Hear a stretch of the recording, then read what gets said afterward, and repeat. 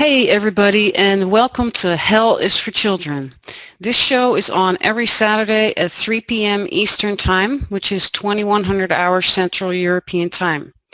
My name is Geerte Frenken, and this show is all about the topic of protective mothers and their children. So, what's a protective mother? A protective mother tries to protect her child or children from their abusive fathers by many means necessary, which is an uphill battle in today's global corrupt family court system that thrives on paternal entitlement. And I want to start today with a court watch announcement. And if you're a protective mother and you would like me to share your court watch announcement with the audience on Hell is for Children, then you can just email me at info@freejasmine.com. And today's court watch actually concerns my own case, and I'll share my screen and show you where you can find the information. It's here on my Free Jasmine from Court Ordered Abduction Facebook page. I have a post about it, and it will, if you click on the post, it will take you to a post that I have here on my website. And again, that's freejasmine.com, and Jasmine is spelled in the Dutch spelling of my daughter's name. The court watch is for September 27th. My ex has requested the court to grant him unrestricted international travel with my daughter, and we absolutely need to stop that. So the judge has already granted him permission to take my daughter out of school to travel to Canada. That is outrageous by itself, and now he wants to actually be able to travel internationally without permission from the court or without permission from me. And if you scroll down in this post, you can read more about my case, and it'll give you the email address of the presiding judge and the phone number, and then you can, just to make it easy, I've already created an email here that you can just copy and paste and email it to the presiding judge, Doe Paul. I really appreciate it. Any help is very welcome. It's very hard to be a pro se litigant from the Netherlands fighting in the United States. Just imagine you being in the United States and your kid being in Europe, and then having to learn European law and represent yourself and your child's rights. So any help is very much appreciated. I'm going to stop sharing my screen now and welcome protective mother Karen to the show. Hi, Karen. Hi, Geerte. How are you? I'm good. How are you today? I'm doing well, doing well. Well, let me introduce you a little bit to the audience. You lost custody of your two kids when your abusive ex made false allegations of medical issues. And the last judge in your case was Michael Conahan, who is currently serving federal prison time due to the Lucerne County Kids for Cash scandal. And you told me you've been tenaciously fighting to get your kids back in a marathon of 96 court proceedings that spans an entire decade. Wow. So let's start at the beginning of all of this. Tell us how it unfolded. Well, it unfolded, my ex was diagnosed with mental health disorders. Long story short, prior in 2005, I ran back and forth. In 2006, I ran back and forth to doctors with him, assisted him with that, got babysitters, had two children in diapers until he decided to go off his medication. In between, he started having an affair. And I'm just, once it comes to an affair, to me, that's it. So things started getting out of control. Drinking started getting out of control. I left 2 days after Christmas in 2006, and it's actually the former Judge Michael Conahan was our first judge. It's been hell since that period. So pretty much I knew about the Kids for Cash scandal before anybody else, because I had a very good friend who worked for the Attorney General. So I was already aware that Michael Conahan was going to start retaliating because of our friendship, and it became an ugly battle since that time. Well, let me stop you there because some of the audience might not be familiar with the Kids for Cash scandal, and what I'll do here is I'll share my screen just so we can update the viewers on who this judge is. Tell us about what this man did. That is actually Mike. That's Mike Chivarella. That's the other. There was two judges involved. Mike Conahan, he was more or less the ringleader. Mike Conahan, the gentleman that we're seeing here, was a follower. Let's put it that way. Mike Conahan, if you go down, this is Chivarella. Mm-hmm. Oh, here he is. Yep. Yeah, right there. Right there. So he took more than $2 million in bribes from the Pennsylvania Child Care and Western Pennsylvania Child Care detention centers and extorted hundreds of thousands of dollars from the facility's co-owners. And they basically locked up children for no reason, is what I understand. Is that correct? Yes, it would be like a child throwing a rock. There was one child that was 14. He was 14 years old. He threw a rock into somebody's window. He got put away. It was quite a story. There's more to that story. There's a lot more to that story that the press didn't divulge that I'm aware of. But I knew about him and his retaliation, what was going to happen. So it started with him. Then in 2008, something big. I started between 2007 and 8. I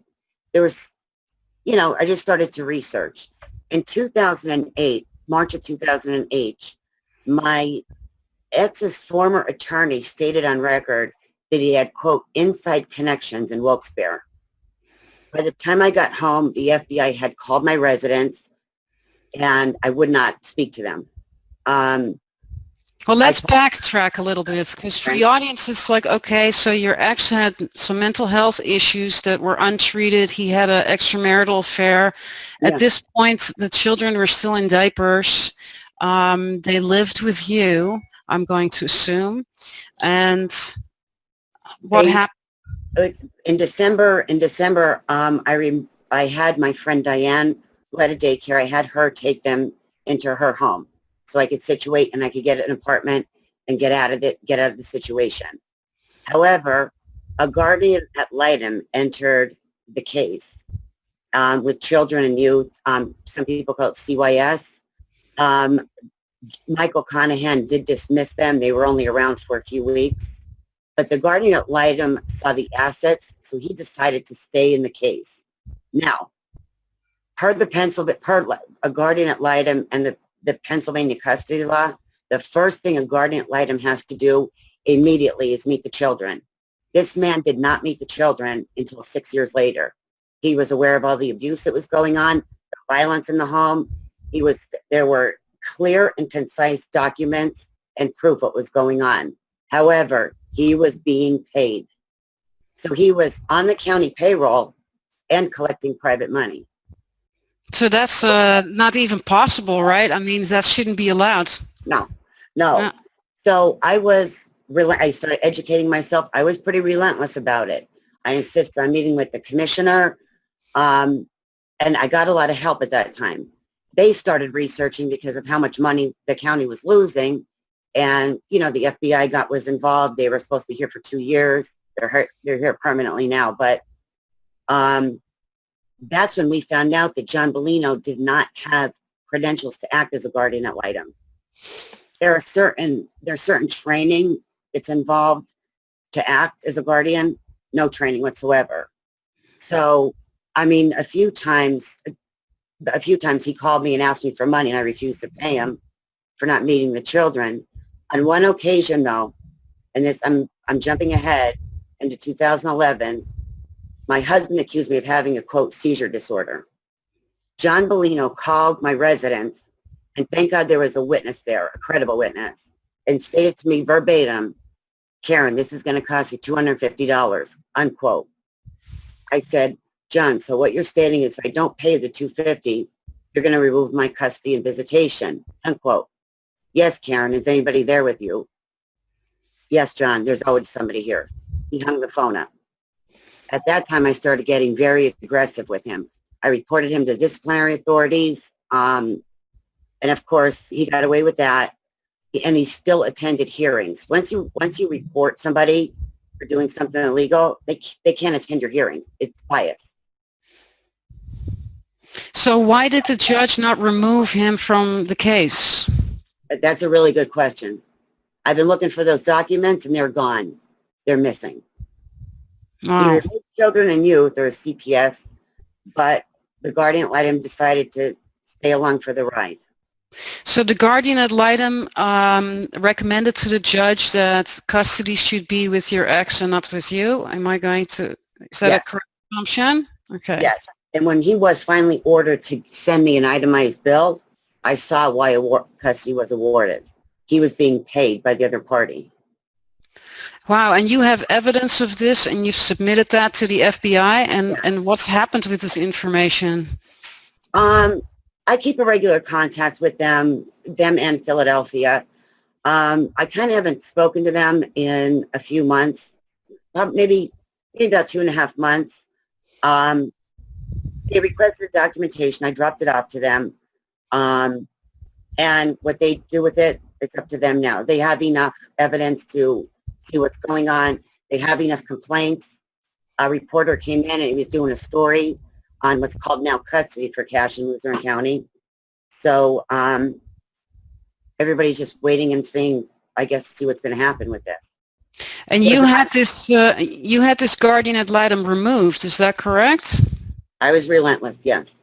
I was at meetings with with county officials, and I wouldn't stop. I just met with them, and these are controllers that control the money and whatnot, and they saw what was going on.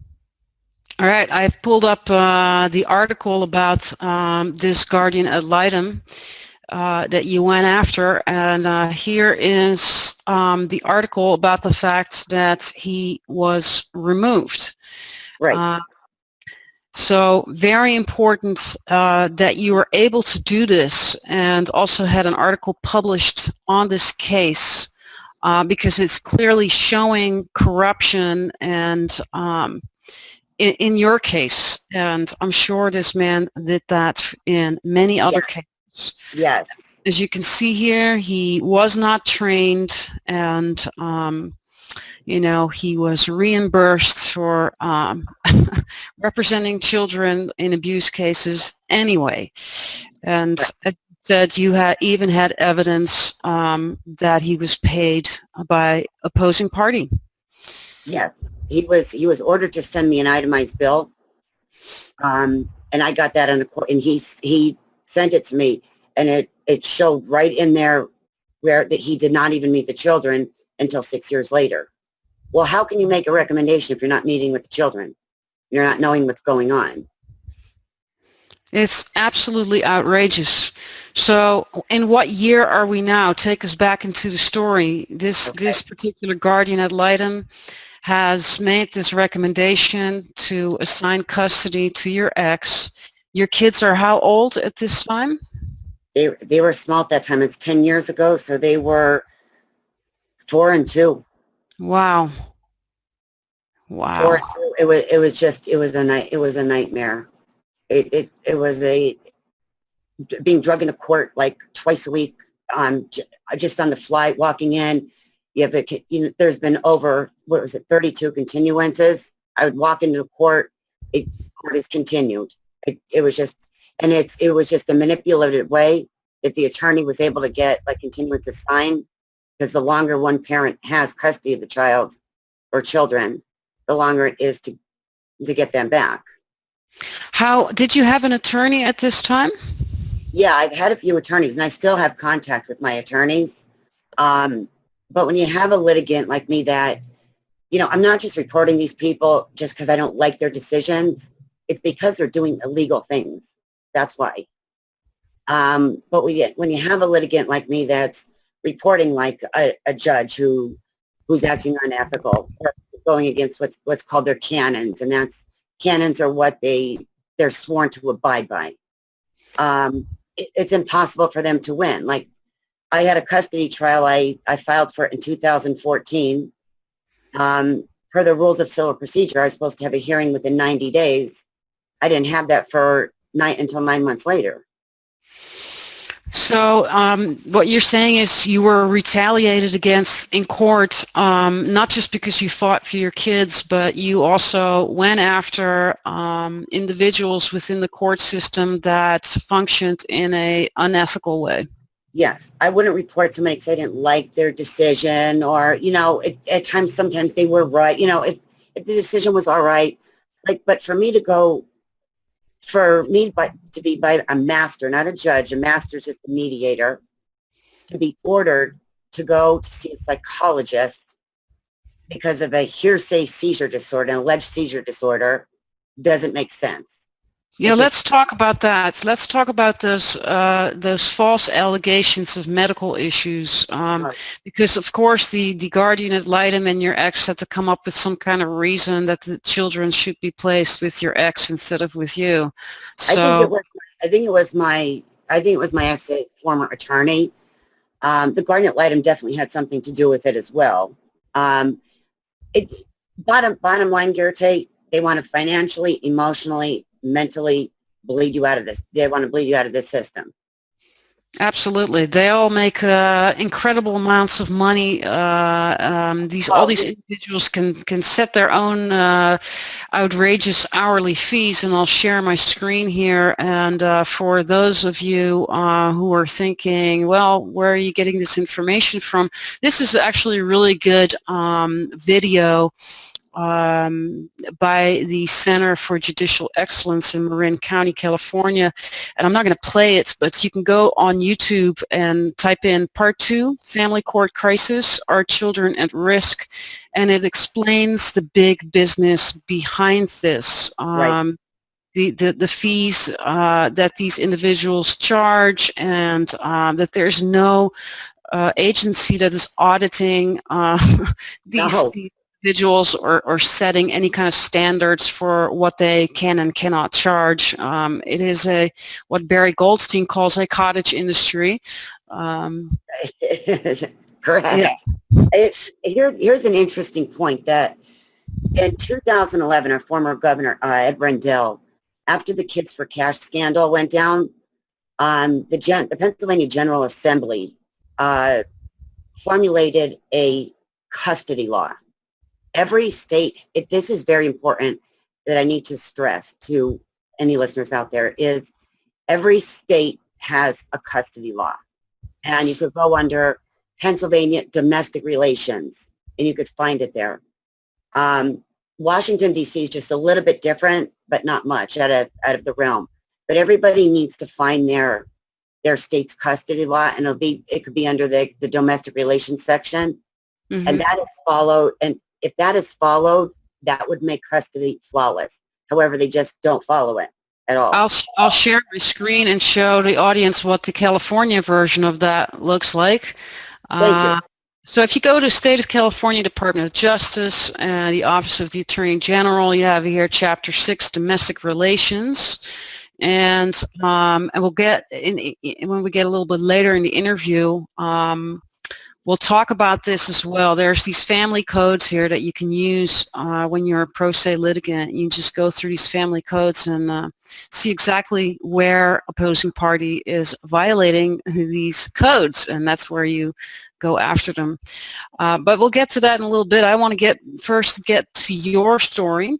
Okay. And so we have his attorney, right, your ex and his attorney, and they're making up nonsense about medical issues that supposedly would make you an unfit mother. Let's talk about the false allegations that were used to rob your children from you. Okay. There was one that I will never forget, that I had an ear infection. So I had to have a doctor, multiple doctors, write letters that I had an ear infection. So custody was removed and I had to pay to see my children. at $75 an hour. That's one of them. After that one was resolved and I started getting ahead, this seizure allegation came aboard. Every neurologist physician report was ironically lost. The judge would lose it. Nobody would have it. So what I did is I started submitting my medical records on the docket. Right? I was already warned. If you do that, you're going to get a DUI. They're going to see you're on medications. It's happened. It's happened. Now I won't get into that, but I want the audience to be aware to watch their docket. I had like the newspapers go in and look at my docket, and I had them banging on my door left and right. I've had investigators here questioning me about these psychologists. One had passed away, and then there's Jeff Fremont, obviously. It's just an endless litigation, and the number of characters that are involved is unbelievable. Yeah, let's take a look at that psychologist that you're mentioning. I'll share my screen here because your case is hitting the newspapers left and right here. I had this individual, gross incompetence in the field of psychology, but he's going to write a report on me regarding a seizure disorder. He doesn't even have the credentials to even comment on that. And he even stated, and I told him he was like, I did state that he was being recorded because he did contact me via phone and said, I'm not going to do anything with this since a responsible, well-known physician wrote this letter. Then he wrote in a report something totally different. The guy's unbelievable. But he's had a couple issues with, the state, the Department of Pennsylvania. Sorry about that. Yeah, so we see here that he had some real issues with the patient record keeping and the child law and ethics. Yeah. I have to laugh because it's how about just gross incompetence. Yeah, displayed gross incompetence, negligence, and misconduct in carrying on the practice of psychology. You are really in the mafia over there, so it seems. Oh, yeah. A bunch of people who are put on your case who are not qualified. They're not trained. No. They're caught with, just doctoring up records, and this is how they steal your kids from you on an ear infection and a non-existing seizure disorder. No, yeah. It's outrageous. And I want to really make it clear to the audience that, this can happen to you too. Whoever is watching right now, if you are living in the United States, this can happen to you too. Your kids can be removed from you because you have blue eyes, because an ear infection, that's a reason to remove children. How outrageous does it get? And don't forget paying to see them. You have to pay somebody to see them. And the sad part about it in the beginning is my family started questioning me. However, once they started seeing the light on this. And, when they started seeing that there were some issues going on and, I was really engrossed in studying. It didn't take a week to learn this stuff. It took a lot of time and effort, and I did it for my children. I'm not obsessed with my ex, I left for a reason. It wasn't working. There was infidelity. I wanted nothing to do with it. It's unfortunate that two beautiful children have to suffer. Well, I think you bring up a really good point, and that is the fact that when you get into the situation, people think, well, the justice system is fair and mother always gets the children, so Right. there must be something wrong with you. And this is so re-victimizing. First, you're victimized by these criminals. Really, the criminals are running the show in the family courts in the United States, from what I have seen. And I'm not sure that all courts are completely criminal, but from what I'm seeing... That's not fair to say. I can't say that every single one is, Right. There's some cases that are not legit that I've listened to, but there are a lot of good cases out there that are amazing. Yep. But in your particular case, you ended up in a horrific situation, and when you try to explain that to the people around you, whether they're family or friends or colleagues, they think there's something wrong with you, right? It raises suspicion, and I've gone Right. through this too, and I see it with all the other moms, and then you're left defending yourself against this nonsense, right? I mean, it's all slander and libel and false allegations, and you have to now show your medical records everywhere. I'm in the same position. I'm That's like what showing my medical records everywhere. There's nothing going on with me, really, you know? that's what when I told you, like when I tell this story, like even when I had like these interviews, I would bring up court documents, not everything that I state as a piece of paper backing the allegation. You know, when I sat down and did these interviews, you know, you know, it was mind blowing. However, family and friends kind of figured it out. That knew Yeah. both parties, and it kind of knew there was something wrong. Yeah. At some point they figure it out. The same in my case. It took like now I haven't had any contact with my daughter in like 16 months, and Okay, people that's are like, okay, so yeah, there's something wrong with your ex and with the system, because how is that even possible? And then they start seeing, okay, so there's more to this. right. This is one of the reasons why I started not just to defend myself, but when people question this type of stuff, it's really important to have some information to give them. And hallelujah, thank God for the internet. We now can put information on the internet and share it freely through social media and email and whatnot. And so what I did was the research that I did is into why is this happening and how is this happening. You know, I'm a college professor. I teach research. So I started doing research in this judicial child trafficking. And when you go to my website, you can click on the reflection page. You'll see my research conclusions here, and they're all backed up with all these are clickable links that will take you to actual research, actual academic conclusions, numbers, statistics, and I put it all together, right? I mean, I put the pieces together, and then it's a few pages here, and when people read that and go through it, they understand how the scam works. And this is very important because we need to educate the masses. Because they pick us off one by one. They don't do it at a scale that gets everyone standing out at the White House, although we are getting there, and there's been some big demonstrations lately. So it's getting to over the top. I mean, there are 2 million protective mothers in the United States alone. So it's just a matter of getting the moms to be more vocal about it and get over the fear. And like you, really go after the individuals that have inflicted this on you and your kids, and really naming them, you know, naming and shaming them, because these are criminals. Right. And in the beginning, like I said, when I was first contacted in 2008 by the FBI, I wouldn't talk to them. I said, you don't know how custody rolls around here. One of the county detectives wanted to go arrest the guardian ad litem. I said, no, you know, but one of the county, they kind of knew what was going on. But I had to give the say. When 2011 came about, and I mean, Geerte, the emails, the text messages to my ex stating we need to get along in regards to these children. I mean, my mother came in from California, and he sent it after I said we need to get along for these children.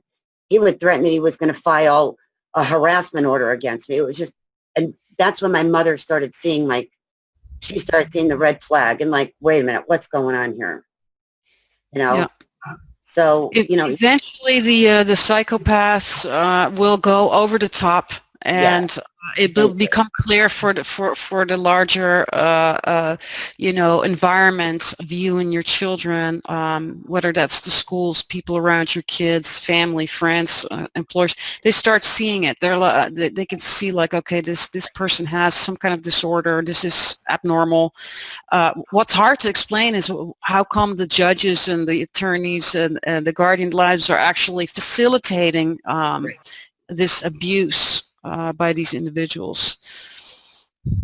Well, it's pretty easy. If I pretty much I wouldn't pay the guardian ad litem because I wanted him to meet with the children. I wanted him to do the right thing. So I'm not going to pay him if he's not doing it. Looking forward. Now, yeah, if I wanted to play in the game, I could have paid him off. He could have made everything right, but I'm just not going to appease him. I let it go and appease him by doing that.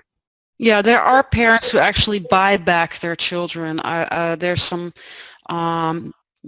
parents that have approached me and said, hey, I paid my ex 30 grand and I got my kids back. I know. It's just awful. I mean, this is just then you're just horse trading your own kids. I mean, I can't even imagine. What kind of morals are you teaching them at that point?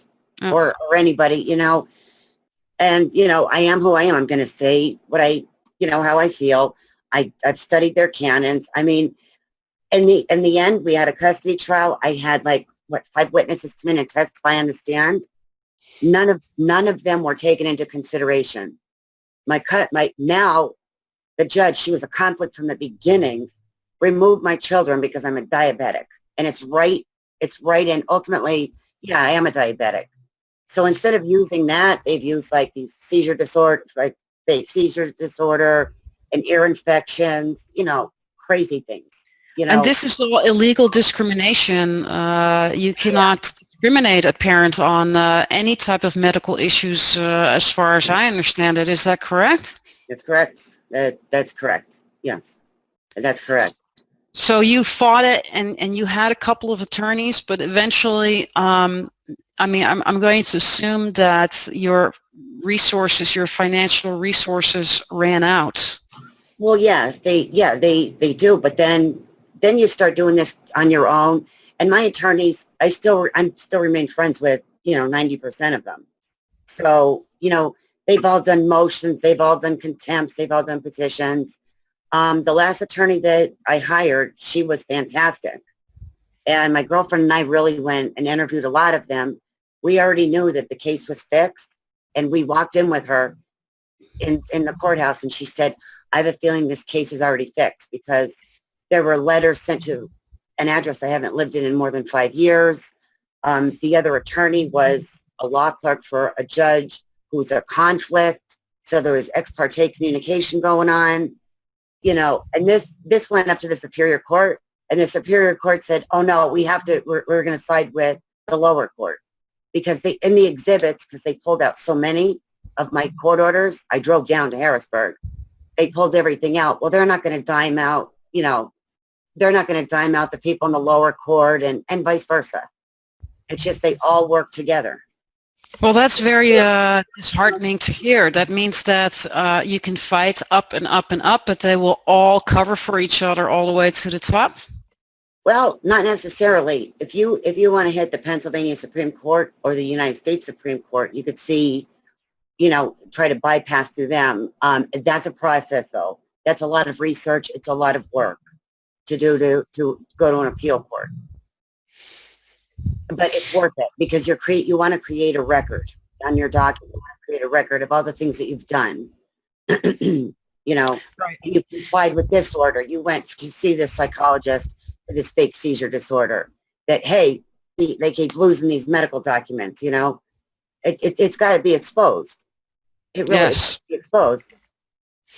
One of the things that I recommend every litigant to do, whether you have an attorney or not, is to date every document and to keep a storyline of what's happening with the dates, and then match the date in your story. Let's say March 7, 2010, there was this motion submitted about this, and then the findings after the hearing were on this date, and you match the file name with the story dates.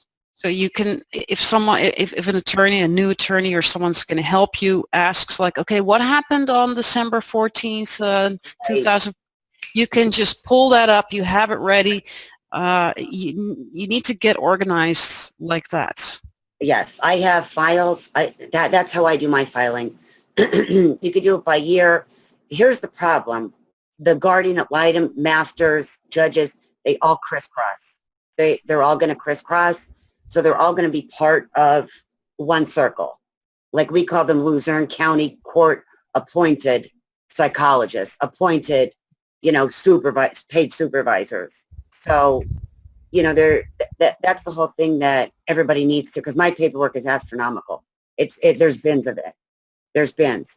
I don't lose any documents. I don't lose any. They know how to lose them. So. Yep. Yeah, you bring up a really good point. You can be as organized as you want to be and fight back as hard as you want to, but if the supervisors and the attorneys and the judges are all going to the golf court together and deciding the cases at the golf court while they're drinking and possibly using some illegal drugs to boot, and decide the cases over there, which is what goes down in Marin County, California, where my case is at. And this is not information that I have found out. This is what other parents in Marin County have found out, that this is the way it goes down over there. Everybody knows each other. It's a good old boy network. And right. It involves the DA and the police department and the politicians who are at the board of the, that's the problem. So here you are from the outside trying to shoot arrows into a fort. That's completely, that's how I envision it too. Like it's a fort with big walls, and you're just shooting arrows, and they just laugh at it, right? Well, you know what? Some of these agencies, they don't. Like they'll ask me, like, Karen, where's the leak? Where's the leak? Who's the leak in the courthouse? We figured that out. I had like a suspicion of it. Well, I'm not going to say anything unless I have fact. So, so I can't blame some of the agencies, but, these judges are going to stick together. Currently, I can't go in front of any judge over there right now. They're all a conflict right now. And every time I file for a bench recusal, it's denied. Well, that's a due process issue. So, Yeah. You're a walking conflict of interest. But these are my children. It's very serious. It's not a laughing matter, no. But we're not. I want to keep it light for the just for the viewers to, just pay close attention in hearings. I remember a couple attorneys said, "Don't take notes." No, I'm going to take notes. That you'll upset the judge. Well, that's all right. He'll live with that. He or she will live with that. But just keep your documents together. Don't lose anything. Always keep originals. File everything that you can. Don't file things just to file things. If they're doing something that's illegal and wrong, then report it. And just keep reporting it. And I also want to share my screen here for a second. One of the things that I recommend protective mothers to do is to also scan all the documents and store it on a Swiss encrypted cloud server like this one. There's a ton of them, but I just pulled up this one. It's called Digital Safe. Cannot be hacked or tracked. The United States government cannot access this. The European government cannot access this. And, Switzerland is a neutral country. Right. So have all your documents scanned and uploaded to this Swiss encrypted cloud server, and then give the username and password to an individual that you really trust. In case something happens to you, then all the information is there with your storyline, with the dates, and that person can, on behalf of you, then move forward with your case. And while we're on this topic, if you need to communicate about sensitive data, then I recommend you make a Proton Mail account, which is a, and my microphone is acting weird. So can then use this Proton Mail account, which cannot be hacked, cannot be tracked. I've mentioned this in prior shows as well, but I highly recommend that you then discuss your case only via Proton Mail. So you have the recipient of your emails also make a Proton Mail account. So that's a very safe way to discuss your case. Now let's go back to your case. So here you are. You've been now battling to try and get custody back of your kids, and in the meantime, you're having supervised visitations with them. Yes. I currently don't have, I had supervised visitation that went on for years. That is finally lifted. The new thing is I can't drive my children in the car because my diabetes is not under control. So, however, that's pretty much a void order now because that judge can't hear the case anymore. Well, let's talk about that supervised visitation before we go on in where you are now, because that's also a really interesting topic to mention. Supervised visitation was created for criminals, not for protective mothers. Let's start with that. Right. So Exactly. it shouldn't be used at all in cases like ours. I mean, what state secrets do we have to transmit to our children who are, 5, 6, 7, 8 years old? I mean, it's ridiculous. Right. And we're asked to pay for it, right? It's $50 to $75 an hour, could be more. But the supervisors that did act in my case, both of them said, we do not belong in a case like this. They both agreed that, these are for people that can't parent, that, don't have a relationship, that have issues, like major issues like criminal, drug, alcohol, not parents that, just don't get along or the other party doesn't agree and they wrote letters stating this is unnecessary. It didn't matter. It didn't matter. It didn't matter. Yeah, and I also want to mention some cases where, like yours and mine, where there were supervised visitation, and the supervisor would suddenly increase their hourly rate to $1,000 per session. I mean, I've seen this happen. Cash only. Don't forget cash only. Cash only, and I want any policymakers that are watching this show to look at this because it's outrageous. To charge a mother $1,000 to see her child or children for an hour, or maybe not even that, is criminal. The fact that we have to see our kids supervised is criminal in itself, but then to do that is outrageous. And in my particular case, the supervisor didn't take any notes. And that's another thing that I want to bring up. Let me see if I can find the supervised visitation. Yes, right over here. Let me share my screen here. For all the moms that are watching, you can go to your state's rules of court, and you'll see here the uniform standards of practice for providers of supervised visitation. And you can go through this. Like the supervisor that I had on my case broke this particular uniform standards of practice for providers of supervised visitation on at least 10 of these points. Her name is Tiffany Welter of Marin County, California.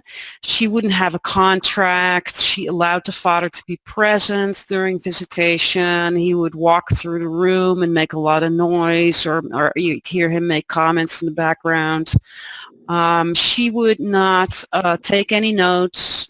A supervisor is supposed to take notes that you can then bring up in a court hearing, right? Right. She was biased. She worked with my ex's attorney, and she would email me, say, your daughter doesn't feel like talking to you today. It's like, well, no, it doesn't work that way. you know, you have to enforce the court order. Right. And it also, that's part of what the ex will do too, is they'll do anything to turn the child against, like mommy's going to hurt you because she has diabetes. I mean, and it was encrypted into them, and they still fear it. However, as they get older, things start, they start to see the picture, but they're not 18. So, which way do they go? They're afraid to speak. Like they came into court at the custody trial, and like I told you on our intake, the children were told what to say, pretty much. You know, and they were supposed to be disclosed to our witnesses, and it was supposed to work vice versa. It didn't. And this Right. judge allowed it to happen. It was amazing. We need to have these children tested for parent-child estrangement disorder. Yeah. Really, what in an ideal world, and where we are fighting for, you and I and many other protective mothers, is to get a team of real experts on these particular intense maternal deprivation cases. As soon as an individual is seen to vilify the mother and make the children reject their mother, even just putting the supervised visitation should be a red flag of that there's something wrong with the fathers. Right. I mean, nobody would, you know, if I was on the other side, I would be, no, I don't agree with this, you know, even though, you know, he may have issues, just, you know, but it was just a way to retaliate and get back. You know, Yes. it has nothing to do with the children. It's, you know, you left, I'm going to get you back. I can't even tell you how many times that was told me. I'm going to get you back for this. It's just, and it's all there. It's all in emails and stuff. It's the only way to communicate. It's revenge. It's to try and get out of child support, and it's to continue to abuse and molest the children. Not all the cases involve that, but it happens in a lot of the cases. And the way this currently goes down is that the fathers will accuse the mothers of parental alienation as soon as the children report abuse or molestation. And the judges take this nonsense. They're trained to accept this nonsense, but there's been some good news on this front, and I want to share my screen and show our viewers this particular article. Okay, let me see if I can put this over here. Yeah. So this is Ted Poe, who's a Republican from Texas, who has introduced a resolution that spells out what advocates call urgent and long overdue improvements to the way family courts handle allegations of abuse made during custody disputes. The resolution will require that any claims of abuse be thoroughly investigated by the courts before any custody proceeding even begins. That's exactly what we need. Protecting children is one of the most important things we can do for society, he stated in a press statement. Courts should resolve all claims of abuse independently before looking at any other factors in deciding custody or visitation. And that includes an independent and rigorous investigation into the claims, coupled with heightened evidentiary standards. That's the only thing that will help courts prevent the endangerment of any child.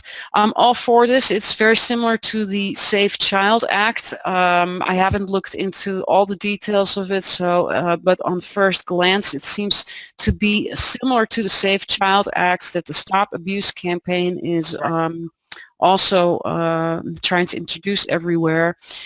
Which basically states like the whole parental alienation thing needs to be tossed. That's bogus. It was created by Richard Gardner, right? In the 1980s, he was a pedophile himself, and he promoted sex between children and their parents. That's crazy. I mean, my God. Yeah, and that's what the judges and the attorneys are trained in this nonsense.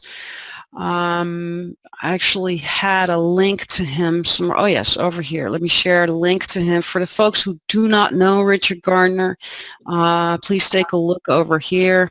Richard Gardner was a pro-pedophile guy, he ended up stabbing himself 7 times with a knife, killing himself due to the incredible amount of misery he caused so many children and so many mothers in particular. That's what comes around goes around. That's right. This man has karma for the next 20 to 30,000 lifetimes of incarnations, as far as I'm concerned. But the family court is still operating on his nonsense. You can look at it over here.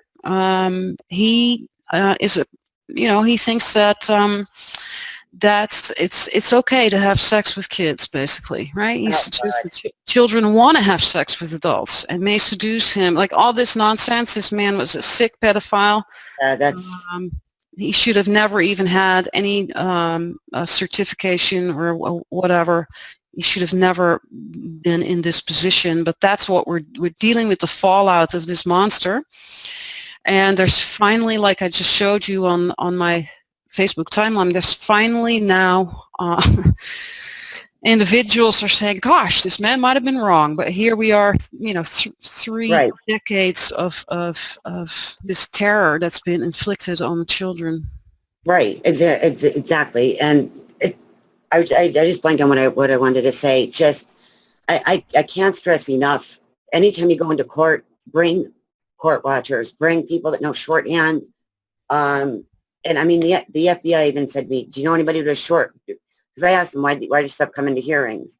Well, they're biased. I said, well, do you see the orders that come out after? They tear me apart. So I always bring in court watchers that know shorthand, that watch. And everybody started, this is a new trend. It's kind of like taking off in the area.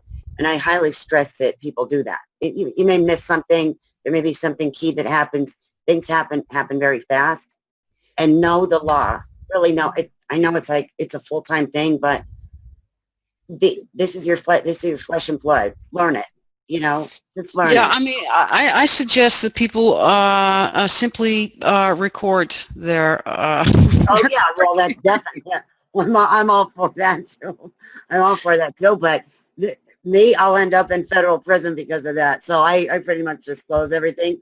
I cross all my T's and I's. But well, let's talk about this, though. I mean, one of the things that I'm a proponent for is to have every court case completely audio-visually recorded. Yes, and this Superior Court judge, the United States Superior Court judge, who was like pushing this and vote for me, and we're going to get these videos in the courtrooms. Where is he? I mean, everybody voted for WECT for that reason, because we need it so bad. Why can't you bring in a video recorder? You're right there. You're just screaming out, it's corruption. It's screaming it out. Another thing is like these, if you go into one of these, what's called a master's hearings, and it's just it's not on the record, and you're behind 4 walls, have somebody listen in, have them stand by the door. You have to be smart about this stuff. You have to be smart. And it has to be somebody credible, too. Always bring somebody credible, and reach out to your friends and family. I mean, like, let them know. It's really hard, but I think now the exposure is just becoming so much more vibrant. I think that, more people will understand, and people won't be feeling so alone, And I was fortunate enough not to feel so alone. I had friends that stuck beside me through thick and thin, through good and bad, that were there, that knew what was going on. They just knew what was going on, and I was warned on a couple things I was stubborn on, but, everything comes together. Everything happens for a reason.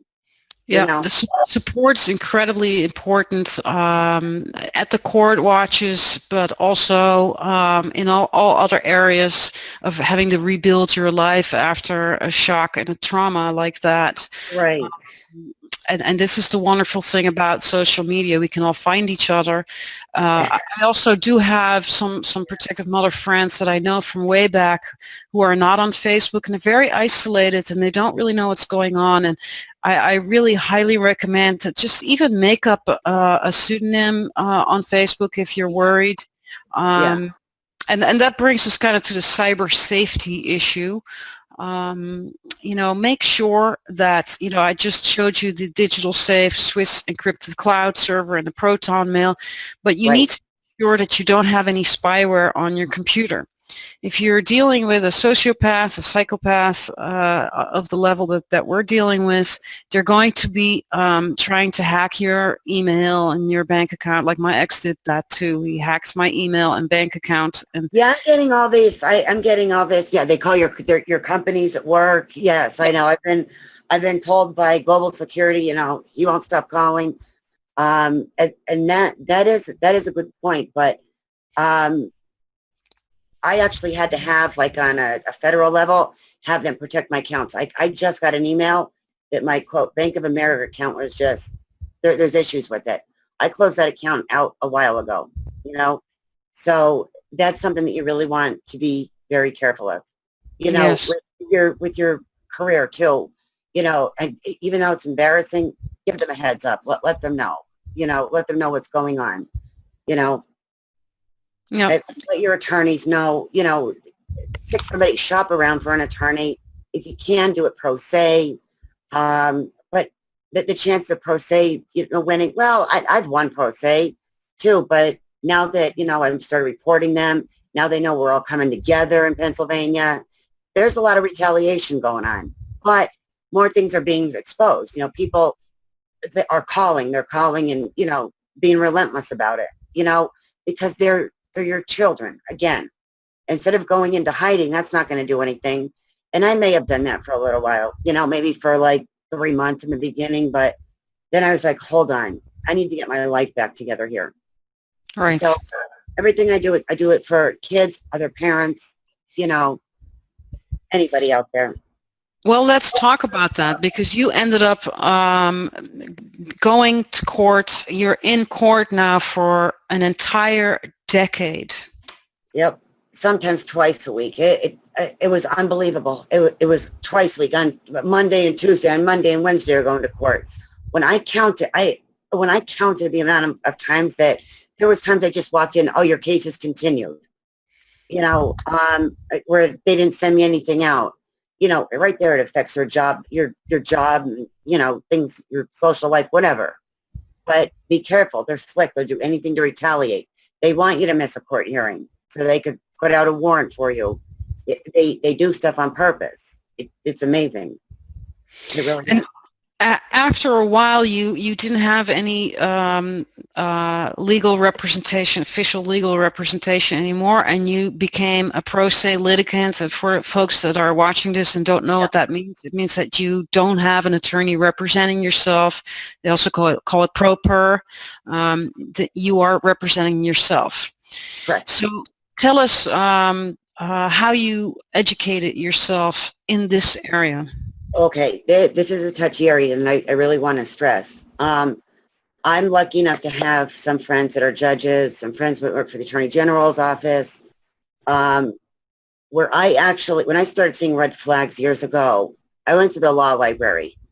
Other attorneys offered to help me. Yeah, I said, I want to do a motion. They said, you want to, and they explained it to me.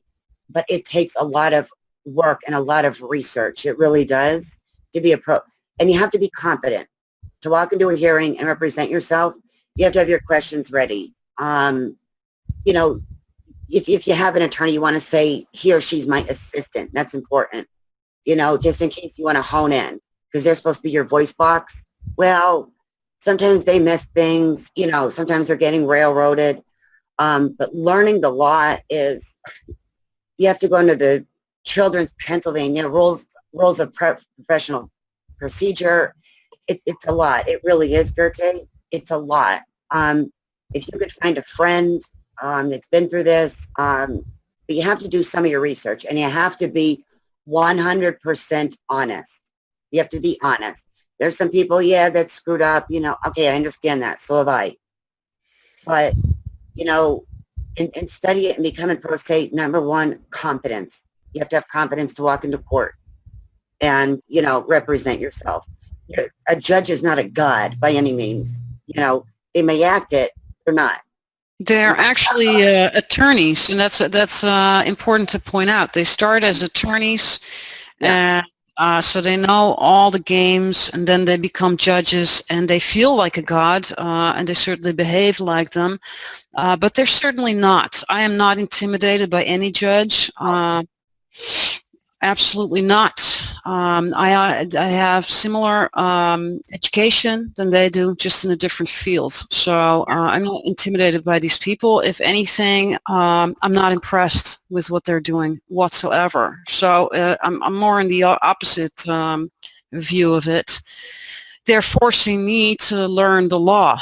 I'm on that path that you're on as well. I am becoming a pro se litigant, and actually have people looking at my stuff right now, and I know more than they do. Well, they've been doing stuff for years, which is kind of cool.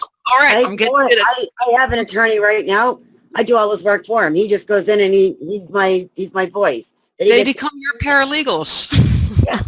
Yeah, pretty much. I've been for jobs and stuff. I mean, I'm serious. I'm a marketing business admin or a project manager, you know, and I have a little bit of a psych background and stuff. But when I'm getting offered jobs and stuff, it's crazy. But I mean, hey, it didn't take me overnight. It took me a long time to learn it. And like my aunt even says to me, for so many years, you were so engrossed with it, you know. But it becomes fascinating at a point when you see the level of, you know, corruption and what's going on, and you take a look back and you open your eyes. You really have to open your eyes, you know. I think I understand that you're saying that it's it can be fascinating, but really, as a European, when I look at the American family court system, I can tell you that the American family court system is absolutely outrageous. Well, I meant the level of corruption is so, it just, like, well, that's one thing. That's one thing. Yeah. But the other thing is just that the fact that if you don't have any money, that no attorney is appointed to you. Yeah, right. How is it even legal, you know? And yet, like, you tell them, well, I want you to say this. Well, I can't say that. That'll make the judge mad. Well, I don't care. Like, you know, like, this is the way I want it done. My last attorney, she was great. She brought up, it's right in the transcripts, ex parte communication going on. You know, everything that was illegal was happening. She brought it all up to create a record for me to do an appeal. We already knew. We walked in. She was fantastic. I would recommend her to anybody. You know, she did her best, but it was a fixed case. It was fixed. Well, let's mention her name and let's give her some free publicity. Actually, yes. Her name is Anne Marie Howells. She's from Lackawanna County. I pulled her from a different county. She was absolutely excellent. She got her law license later on in life. When we interviewed quite a few, my girlfriend and I. And when we walked out of there, when I left her and I told her the story, she actually had tears in her eyes, which was kind of shocking to me, because they really have like an armor coat on them. And she really knew what she was doing. She did her best, but you know, I could have got somebody from New York, Manhattan. And I have friends in Philadelphia that are attorneys that said, my God, there's nothing it costs us $7,500 to do this for you, and we still wouldn't get anywhere. I mean, I can't mention all their names, but you know, to protect them. But yeah, I know moms who've spent more than $4 million on attorneys, and still yeah. Yeah, so it's not about the money, and I want to point this out, because in the beginning you think, well, it's corrupt and it's because the father has more money than me, but that's not what this is about. Even though they will suck you dry financially, and it is more about the fact that there is this paternal entitlement going on in the courtroom that seems to award abusive fathers full custody, 82%. Yeah, that is it. And I never, you know what, I kind of never made out, you know, stated the true allegation. I did state about his mental health records, and they were ordered to be pulled, but then it would disappear. I kind of didn't want to focus on that. all I really wanted was 50-50 custody. And that's all I went in for. And I ended up losing like the majority of my custody because I'm a diabetic. And all I really wanted the entire time was 50-50. I thought it was fair. I thought it was honest. It probably shouldn't have been that way. You know, I should have had more until he got his issue situated. But I thought instead of the battle, you know, just make it equal. And he was not, it was just a retaliation. Yeah. And that should be made illegal. And I hope that policymakers are watching the show and thinking about this, because what's happened to you is where these psychopaths use the judicial system as a tool of coercive control, judicial bullying, Right. child trafficking, judicial child trafficking. It needs to be made illegal. It needs to be become a criminal act. In the UK, they've actually now made psychological and emotional abuse a criminal offense. As they should. And I would like to add legal abuse to that as well. You know, this kind of legal. That actually is in the DSM, in the current DSM. Judicial abuse is actually now a disorder, which I'll agree with. And I know the DSM because I sold in that market for a very long time. But if you look into the DSM, the newest DSM, judicial abuse is in there. I mean, I've stated that on record. I create a record for everything. Yes, Karen Huffer is the psychologist who identified that particular psychological fallout of judicial battering that these particular individuals are doing, but it should be made a criminal offense. So I'm hoping all the policymakers that are watching the show are going to take these kind of comments into consideration. And but back to your case. So after I don't know how many years, your supervised visitation became unsupervised? Yep, then back to supervised, to unsupervised, to supervised. It was insanity. This seizure allegation, as soon as it was mentioned, my friend from the Attorney General said he's going to use that against you in court. It came on, I believe it was a Good Friday. I saw the text message. Out of the blue, after lacrosse practice, did you have another seizure? Came through on my text message. My friend from the AG's office said, call your doctor. He's going to use it in court. I'm like, he can't use that in court. But I did. I did call my doctor.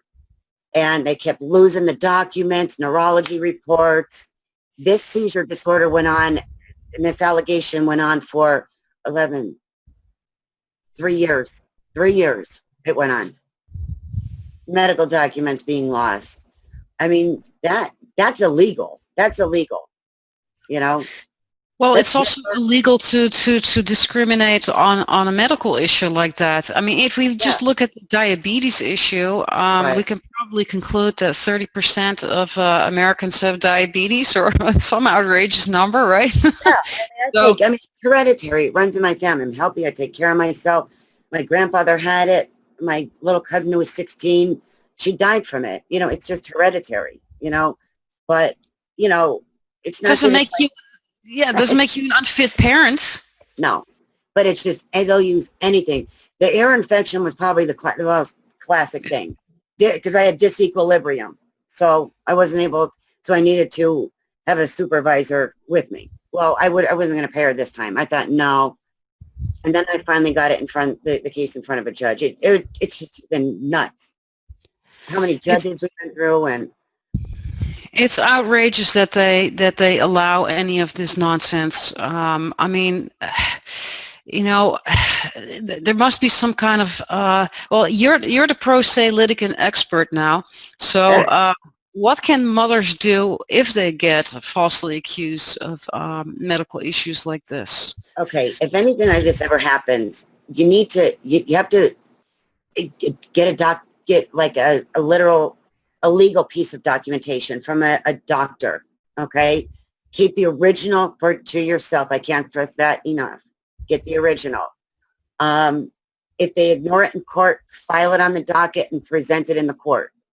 If not, if they start doing illegal things like still using it like they've done, report them to the judiciary system. But they're kind of tied in too. There's just, I found so many resources to Harrisburg, to Washington, D.C. I have a senator that helps me out, and he takes my documents down. And he's now presenting them on his behalf because he heard that he couldn't believe the story. But then I had documents with me when I had a face-to-face with him. So he helps me. You know, you have to reach out to people, and you have to be honest, and you have to be credible.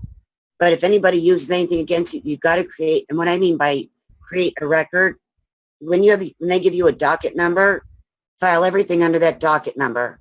Because when you go up on appeal, they're supposed to send that entire docket down. They pull things out, but that's another thing you want to watch, and they start pulling documents out of that. Does that make sense? Absolutely. And the other thing that I would like to add to that, because this is really valuable information that you're sharing, is that also the way you behave needs to be, and as you know, I teach communication, so it's very important to be polite and give people the time to make their statements, ask their questions, don't interrupt them, don't, use, curse words or derogatory comments. You can make a little snide comment here or there. There's nothing wrong with that.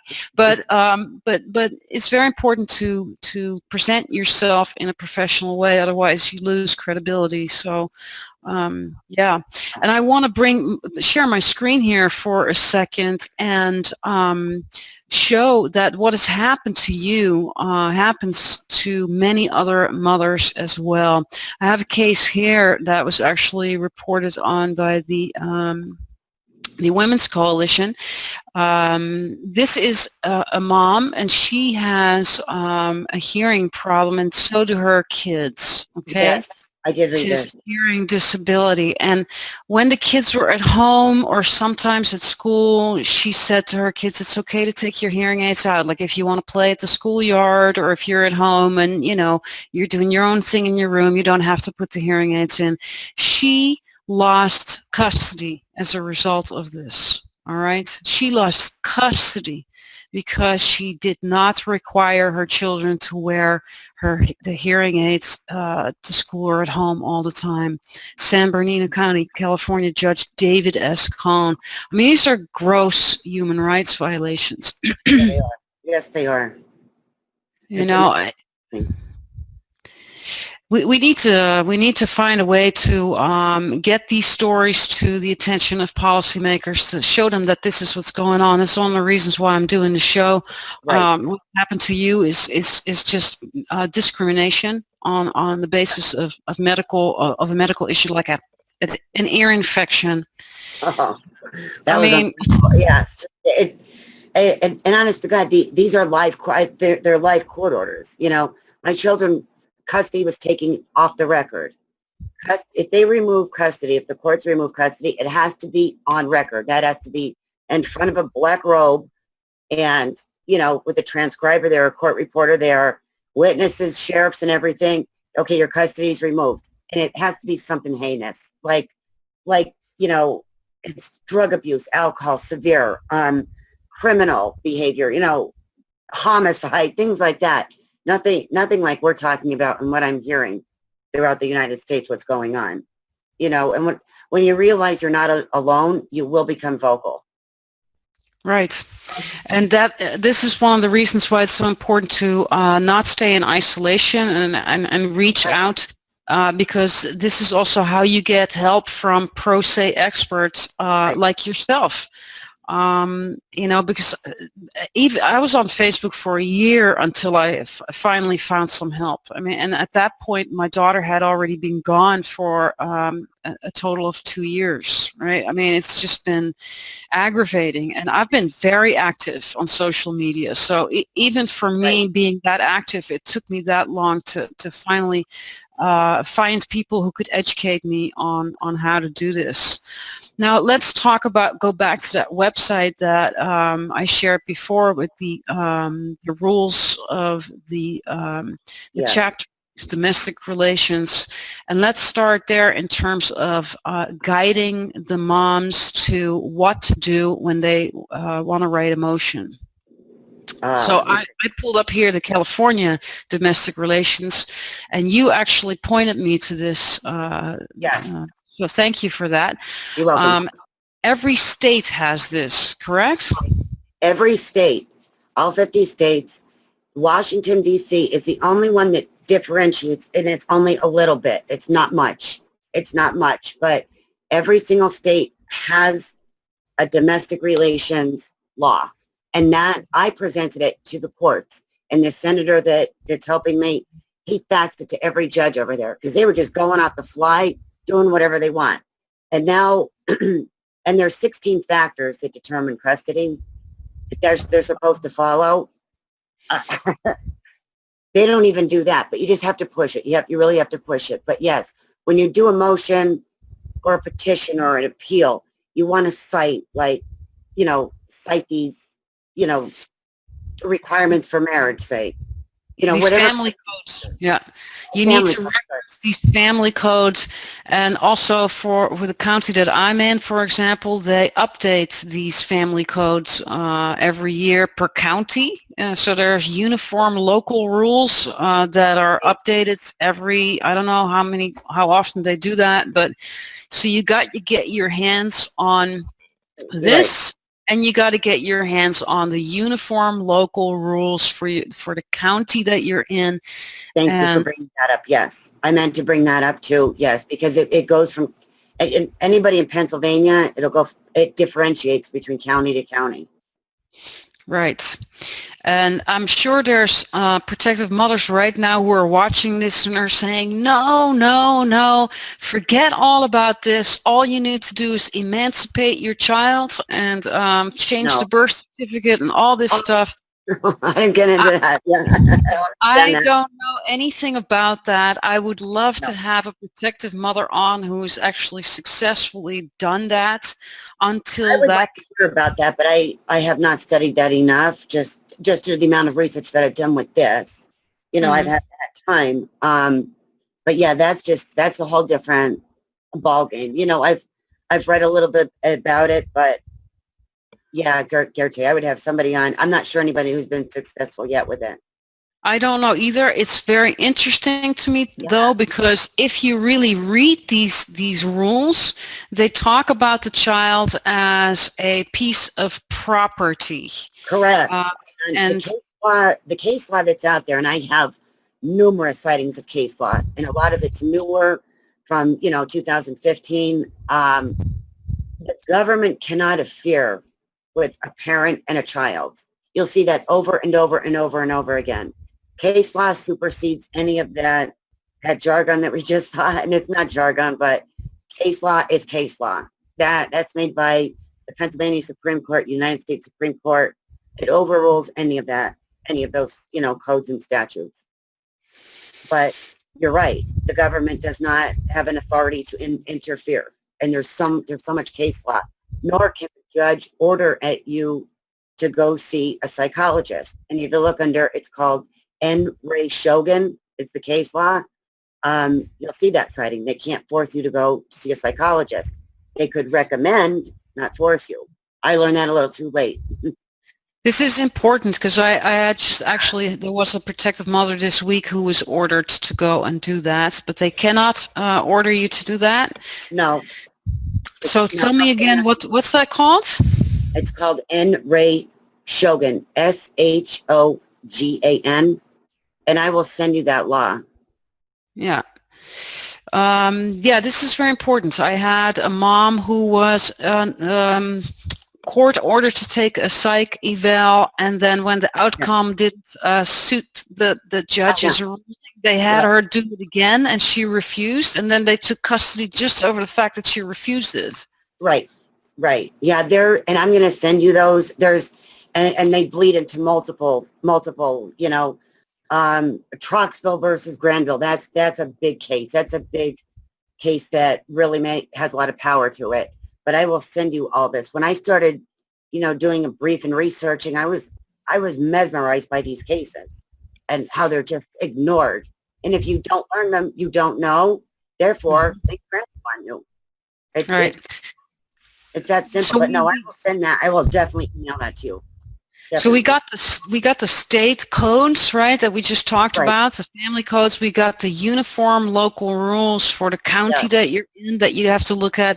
And then the third thing that you have to look at is case law, Yeah. meaning that you're going to look at other cases where things have been decided by judges, Right. and you can refer to that in your motion. You can say, in case such and such versus such and such, the judge decided A, B, and C, which also applies in my case, and therefore you, Your Honor, have to actually stick to that because that was already decided in another case. Yes. And that's the way it goes. Like when when you're doing a brief, you want to cite out when I got like extensions on my brief because I got so into looking at so many of these case laws that I didn't know about, or that I guess other attorneys didn't. I don't think they purposely held it against me. They didn't know about it. But when I looked at it, I'm thinking, oh my gosh. And of course, I did have some attorneys help me with that are practicing, that I'm friends with. They did help, that said, here's where the court erred. And there's a lot of errors, and your big one's the American Disabilities Act. Yeah, So, particularly in your case. Oh, yeah. Yeah. So, your case reached the Supreme Court. It's going into the Supreme Court, yes. And you're doing this pro se. Yeah. It's a lot of work. I have to say, it's a lot of work. It's a lot of work. It's interesting. I have attorneys that asking me to go to New York to just to take the bar exam. They said, you'll pass with flying colors. Just do it. Because in New York State, you don't have to go to law school. I mean, it's amazing. Like I have a lot of practicing attorneys that I'm friends with that really are encouraging this. But what I see attorneys doing to people, I don't think I could ever do it. I really, and it's not all attorneys are bad. I don't want to say that for all of them. And nor are all judges. It's just I think you're right. Not all judges are corrupt and not all attorneys are corrupt. I see a lot of it, though. One of the things that you brought up earlier during the interview is, I thought was really important, which actually happened to me as well, where I had an attorney and I said, I'd really like you to stress these and these topics. And he would say, oh, I can't get on the judge's wrong side because I got to be in the same courtroom with him again next week on another case, and if and then I might lose that case. And it's like, excuse me, you need to fight for my child with everything you got, and it's not about what the judge likes or not likes about you. This is not about personal favors, and this is not about your career either, and about the next case that you're going to have.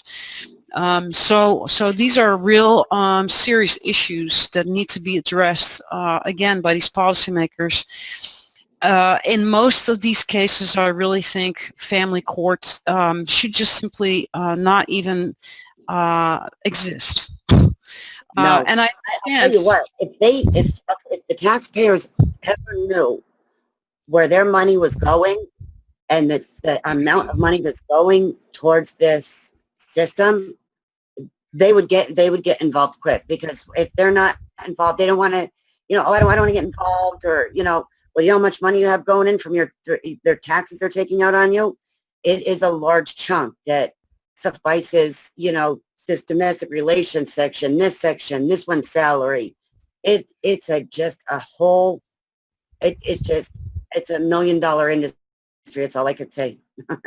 Here I have the salary of a judge in San Francisco. It's about $200K.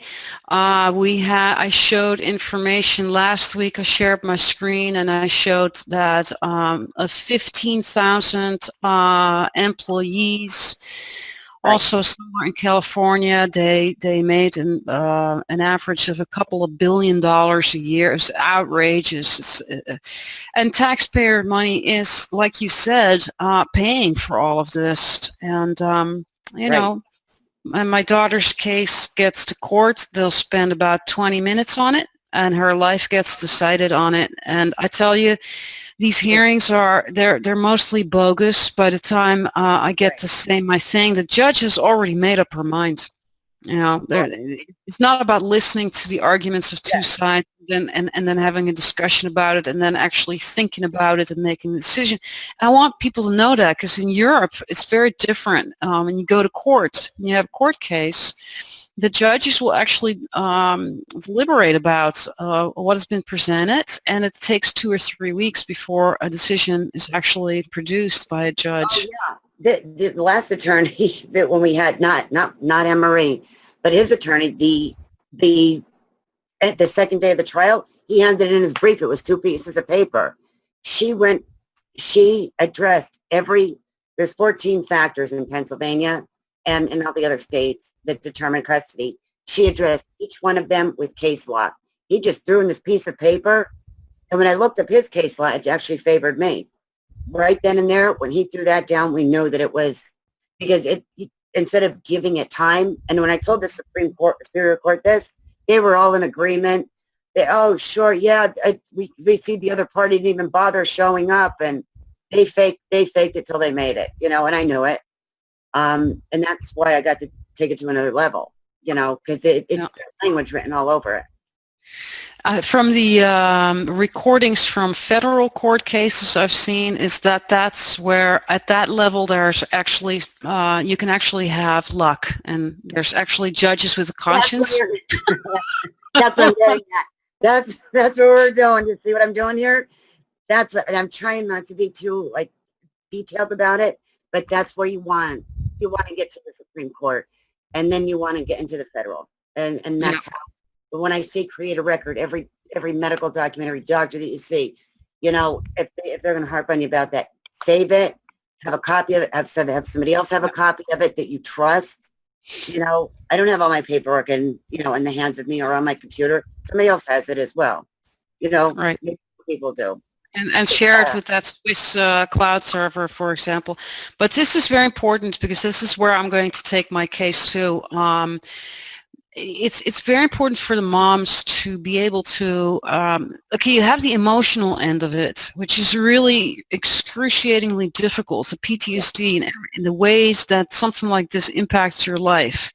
But there's another part of it that's just a matter of, it's a matter of principle. You're fighting for your child or children, and you're showing the individuals that are involved that they cannot get away with this kind of brutality, these human rights violations, this sadistic use of the judiciary system to steal your kids, and all based on some opinion, false allegations, nonsense. I mean, I've interviewed so many guests, and I've looked at their paperwork. It's all nonsense. All of this child stealing is based on nonsense. These are intelligent, loving, well put together women like myself, professionals. We're just it's highway robbery, but now it's children, you know, that are robbed from us, and we must make a case out of each of our cases, by punishing the individuals involved, by holding them accountable. But I'm going to go to my last breath. I'm going to go after these individuals. And I know they're watching these too. They watch my show every week. Yeah. They know I'm coming. Expect me. I'm coming. That's what you have to have. More and more people are coming on my team. I'm forming an entire army out there, and it's nice, because it's kind of like, you know, now we're just going to see it unfold to the other end of it. Right. I mean, there's been a movement. It started off as a slow movement. It's unfolding faster just as we speak. People are coming out, you know, and I'm so sorry then. Oh wait, I did not talk when I had the chance to open it up way back then. You know, I waited, but at least I got it out, you know, at least I got it out. But I'm encouraging people, don't do that, you know, learn from our mistakes and move forward. Yep. And you'll feel better too, because you'll feel empowered. You're doing something, and you're not letting these people get away with it. And now my mic has issues sometimes. Okay, that should be better. what's really important is that we turn the game around on them. So we're not the ones staying up at night anymore because we can't sleep from the PTSD. They're the ones who are now all of a sudden really worried about their career, their job, their finances, their mortgage, their reputation, what people are thinking about them, and their future. Because I have 30 of them under investigation right now as we speak. Perfect. They messed with the wrong mom. And I want the 2 million protective mothers out there in the United States to all be like you. I know. They're probably trying to think of a warrant to get on me. They're probably trying to think of something right now. But what I see, I've met people, what I've heard, like I said, thank God that I had the support and everything. And I encourage people, do not go into hibernation. Don't be embarrassed. If you messed up, you messed up. So what? Come out of it. You know what I mean? But you got to come forward. You got to ask for help. Don't lie to people, And this is the thing. Like, I was railroaded by my own attorney. This happens, and you don't expect that. And this is how they get away with it. These are Nazi techniques. They will traumatize you. They'll shock you. So you don't know what's happening. They'll attack you with a lot of emotions all of a sudden, all at once. So you don't know what's coming at you if you've never been in a court before. You don't know what you're up against, and so you make mistakes, or you just don't know what to do, and you leave it to your attorney, who will then stab you in the back. I mean, I've seen this over and over and over and over again. And okay, so put it behind you. You've learned your lesson. You now know that you are in hell, that you are dealing with the mafia. You now know that you're in a dark alley where people want to stab you to death and steal your money. I mean, that's really what the level of that family court is at in the United States. So you become smart, Yes. You start defending yourself. It's like going to karate, right? Right. Well, here's a unique example is, was it last year after a football game? I drove my children in the car. This is on school property. Well, he cut me off twice, almost causing an accident. The school came to testify against him. He's not allowed to coach anymore. The IT guy, showed up and said, "Oh my God," when they released the video, they're like, "Oh my God, wait till you see this." And there's nothing wrong. You know what I mean? Like, him calling children and youth on me, and I'm sitting here with my kids, and children and youth know it's bogus, and they're not going to mess with me. I'll tell you that. These people that have issues with CPS, they don't bother me at all. I actually tried to get them involved, thinking they were protective. They wanted nothing to do with me. She's a whistleblower. Nuh-uh. But it's amazing. It's just amazing how biased and one-sided it is. So right now, at this very minute, it's been like 10 years. Yeah. And do you currently have unsupervised visitation with your kids? Yes, I do. However, I'm not supposed to drive them because my diabetes is under, and I have.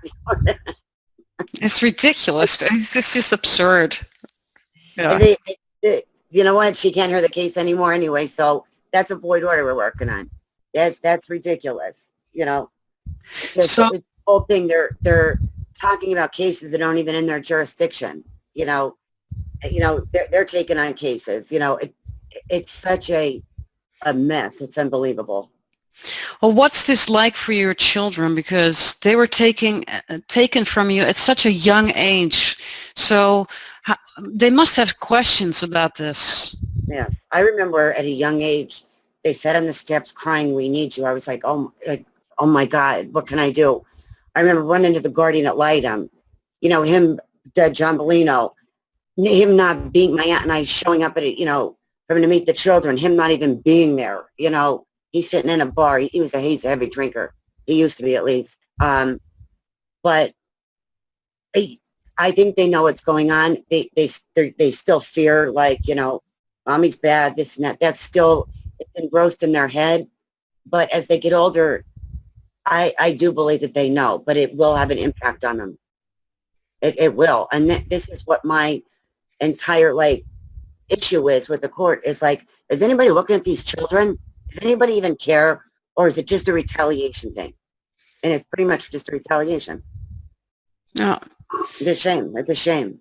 it's a sadistic game that they play. I can't think of anything else. I remember I had a hearing in January, and at that point I hadn't seen my daughter, since May.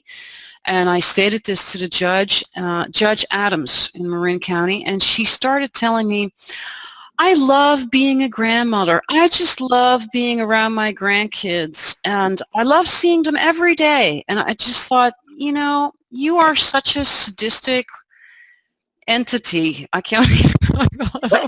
Here's a better one for you. Here's a better one for you that always went through my mind. This last judge that heard my case, it was a female. She's no longer involved in the case now, for obvious reasons. But when I met her back in 2011, I had a friend. She was a slip and fall attorney, an ambulance chaser. So I slipped and I fell. So my friend wanted to make money. So he took me over to meet her. For a slip and fall case, it would probably end up settling for about 20 grand. She missed her son's bar mitzvah. And she's sitting, and she's deciding custody cases. It makes no sense. That is honest to God. Every time I look at her, that just goes through my head. And she talked to me about her issues with her kids and how they resent her for X, Y, and Z and things like that. Yeah. And I mean, she stated on the record that she did know me. And I'm thinking, don't you remember the circumstances we met under? Unbelievable. Outrageous. Now, family court, when did it actually come into existence? Let's talk about that. In my case, or in general, in the United States. In the United States, okay.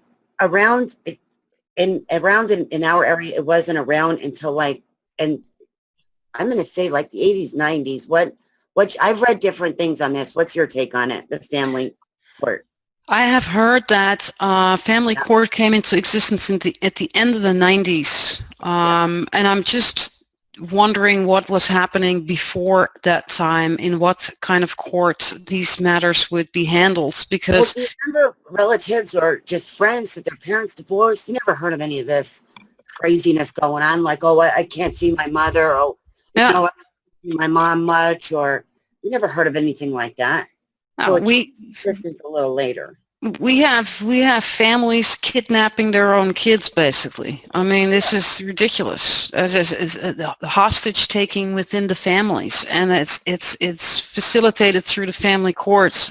So I'm all for getting rid of it. And if a father, like in the case of your ex, is doing such things, and the case needs to be handled in criminal courts, because what's happening to your children is child abuse. Right. There should never be a reason to take children from their mothers. Mothers are the primary caregivers, and unless the mother is extremely dangerous, like you said before, like a murderer or something, all right, then we have a valid reason, but we need valid evidence. You can't just go on, we don't like the color of your eyes, and so now you can't see your kids anymore, and you got to pay to see your kids. Pay-per-view. Pay-per-view. Your kid. I remember when those paid supervisors were there, they knew. They said, your children have a resentment because we're here, and I'm like, well, write your report and leave. Kids want to go play. They want to see mom in the kitchen and make dinner together. They don't want to be in an office only to be allowed to talk about the weather or school. I mean, I've recorded the Skype conversations I've had with my daughter under supervision. They're so awkward. I mean, she's looking at her dad who's in the room. Can I say that? Yeah. Can I say that? Is that okay? Yes, I'm aware of that. Yeah, and it's really, bottom line is, it has nothing to do with the children. They don't care about the children. It's a retaliation factor, whether it's an ex, it's the courts. In my case, I've created a lot of conflict for the right reasons. It's not because I don't like what they do. It's illegal what they do. It's illegal. and everybody knows about it. And I mean, in my county, they're pretty vocal around here. And after the Kids for Cash scandal, you know, now this one paper started coming out with custody for cash. And, you know, they had an open voice with the FBI, and, you know, this really needs to be, you know, pushed forward and moved higher. And, you know, believe me, they know my name in Harrisburg. They're learning it in DC. They know the governor's office. She knows my voice. Hi, Karen, what's going on? How are you? They know my voice. Mm-hmm. And I don't call them up and rant and rave. The one time I did that with the FBI, I just did it on a fly, and I was just yelling at them, and the guy said, "Don't ever call here again." And Philadelphia had said, "They understand. You just had a moment. Call them, please." And I did. And I said, "Look, I'm sorry." And they said, "We understand. But when you call here, don't yell." Like, and I said, and it was just I made one mistake. Never do it again. Yeah, that's why I was saying, like, keep your demeanor really professional and calm. If anything, let them flip their lid, but keep your own demeanor real calm.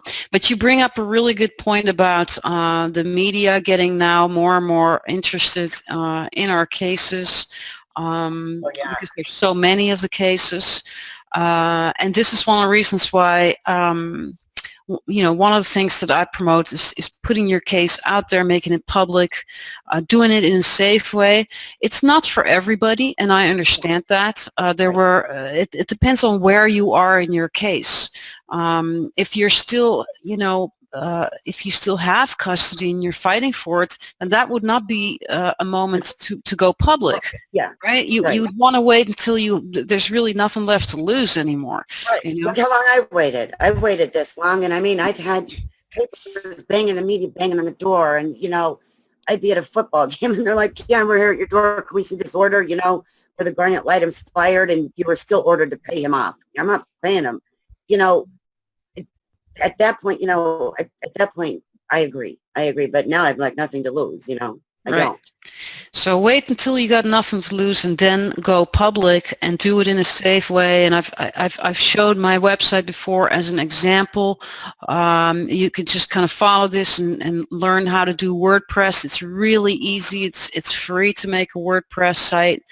You'll have a little bit of a different URL, but basically the idea is that you have your story here in several different versions, a contact page as well, and then over here you have your posts, which are basically kind of like a diary that you keep, which will get archived like this. Right. And then, you know, what you do when you have the evidence that you're showing, you block out the last name of your ex.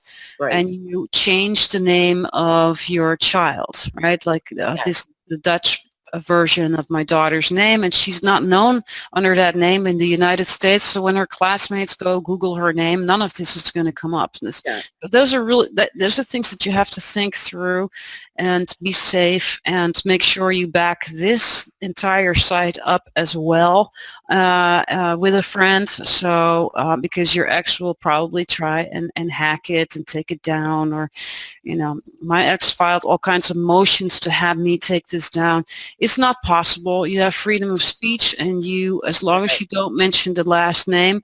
Now, but you can be smart. Like, you know, for example, I have a post over here where my ex is sending vicious slander to you know, people like journalists and officials and employers and stuff. And watch the employee one. New Jersey Supreme Court just came out with a case law, and I have to get this one to you. This is brand new. Where if the other litigant interferes with your job, that is considered abuse. Mm-hmm. That's brand new, though. That's maybe about a couple weeks old only. Yeah, go get that to me, because those two cases, yes. So here I have the Dr. Jill Jones Soderman, who is the executive director of the Foundation for the Child Victims of the Family Courts, who has taken on my daughter's case. and she has 2 radio shows. So we had 2 radio shows about my case. If you're interested in listening to them, they're over here. You can click on these links. And they got an email from my ex with slander, you know. So then she wrote this public letter, right? And she is mentioning my ex's last name, but I'm just quoting her, you see? Right. I'm just quoting her. So I don't know why this person is calling. Let me take this out. So this is ways to be smart and be public and still get information out. But be respectful. I mean, throughout my entire case, I'm showing the individuals that are inflicting the abuse through the legal system. It's not so much about the ex, because the ex is lost in space for doing any of this. I agree. It's you know, they have a disorder. They're, you know, there's something wrong with them. It's the fact that the people around them are facilitating the folks with the real psychiatric disorders. That's where the evil really is. Yeah. Good word. Yes, good word. Yeah. Verbiage. Yeah. That's so good work. What would be any general recommendations that you have for pro se litigants? Okay, this is really, really important. I can't stress this enough. Get your state domestic relations code. That is critical for anything that you file. Learn that and learn it well. Okay, if you can't find it online, which sometimes they make it difficult, call your senator or your state representative. They'll have it. But that is really important. So when you go to court, if you have an attorney, pay attention, take notes. You know, don't make comments, don't, you know, or anything, just take little notes. Pay attention, save all your original documents. You know, if they're, you know, if something positive comes out of, or negative is being exposed about you, don't get caught up in that hoopla. Don't go into hibernation. Find a support group. They'll know that it's not you. Like I said, my family in the beginning was suspicious. My friends knew. They just knew. So, and then when going to study, there's always a law library. Ask for help. Ask. Just say, this is where I am. Somebody's always there to help you. And that's always usually in the courthouse, or, you know, just research law library in your local county. And somebody will be there, you know, to assist you. Yeah, very good advice. And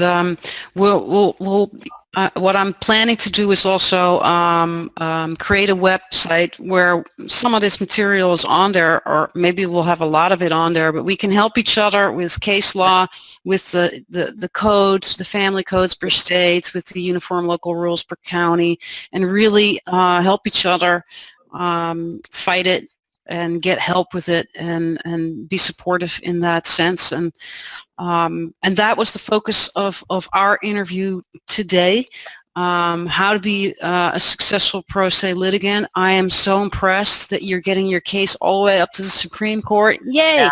And I hope you get it. Yeah, I hope you get it to the federal court. I only know one other protective mother who was able to get it to federal court, and I'm so impressed by her. That's what I'm building. That's what I'm building, you know. So, and I don't want to get into the details because I don't want it to get confusing on how it's done. But well, in the future, I would love to.